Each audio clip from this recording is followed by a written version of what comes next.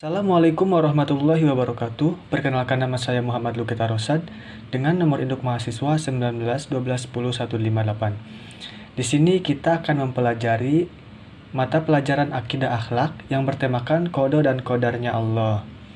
Mengapa sih kita wajib mempelajari qada dan qadarnya Allah? Karena supaya kita tahu apa itu qada dan qadarnya Allah dan kita bisa mengimani, mempercayai qada dan qadarnya Allah. Karena bahasa, pengertian qada adalah ketetapan, ketentuan, keputusan, kehendak, hukum, pemberitahuan, dan penciptaan.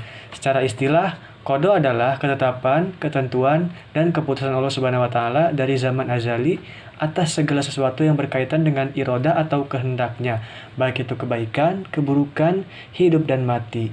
Qadar secara bahasa artinya kepastian, peraturan, dan ukuran. Qadar secara istilah yaitu aturan ataupun ukuran yang diciptakan oleh Allah Subhanahu wa taala sebagai perwujudan ketetapan terhadap segala sesuatu yang berkaitan dengan makhluknya yang telah ada sejak zaman azali, dan pastinya sesuai juga dengan irodahnya Allah Subhanahu wa taala, yang mana qadar ini sebagai pelaksanaan rencana Allah Subhanahu wa taala. Perpaduan antara qada dan qadar disebut dengan takdir. Takdir itu berlaku kepada semua makhluk hidup, baik yang telah, sedang, maupun yang akan terjadi. Seperti contoh Allah berencana menciptakan seorang hamba yang bernama Hasan. Itu disebut dengan qada Allah. Kemudian dalam prosesnya, tentang si Hasan kapan lahir, kapan mati, dan seberapa banyak rezekinya, ataupun berkaitan tentang Hasan, itu disebut dengan qadarnya Allah Subhanahu wa taala. Orang yang beriman kepada qada dan qadar adalah orang yang percaya dengan sepenuh hati bahwa ketentuan ataupun ketetapan Allah Subhanahu wa taala itu benar adanya, di mana telah ditentukan sejak zaman azali maupun sejak diciptakan makhluknya tersebut. Kita wajib mempercayai sebagai bukti keyakinan terhadap kebesaran dan kekuasaan Allah Subhanahu wa taala. Nah, dalam hadis ini yang diriwayatkan oleh Muslim, maksudnya adalah orang yang beriman itu adalah orang yang beriman kepada Allah Subhanahu wa taala, kepada Rasul-Rasul Allah, kepada hari akhir, dan ketentuan-ketentuan Allah. Adapun iman tersebut ataupun iman kepada qada dan qadar termasuk rukun iman yang keenam.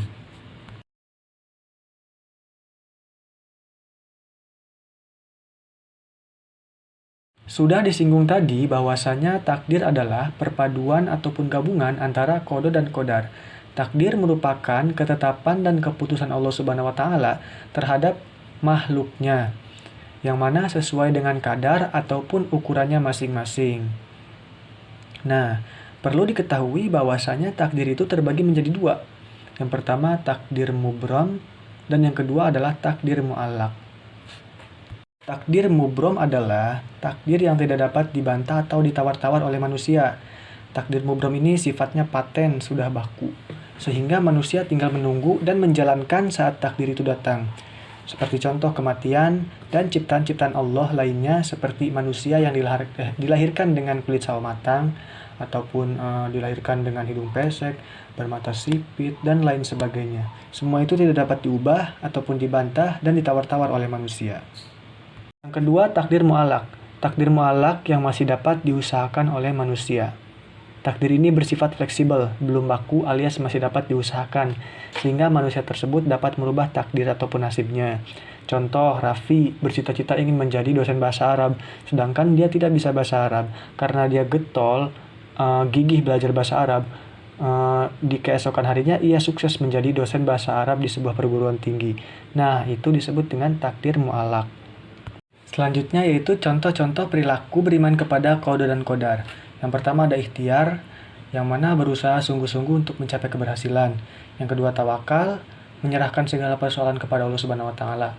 Yang ketiga ada syukur, selalu berterima kasih kepada Allah Subhanahu wa taala. Yang keempat ada takwa, melaksanakan perintahnya dan menjauhi larangannya. Yang kelima ada qanaah, rela ataupun menerima pemberian Allah Subhanahu wa taala.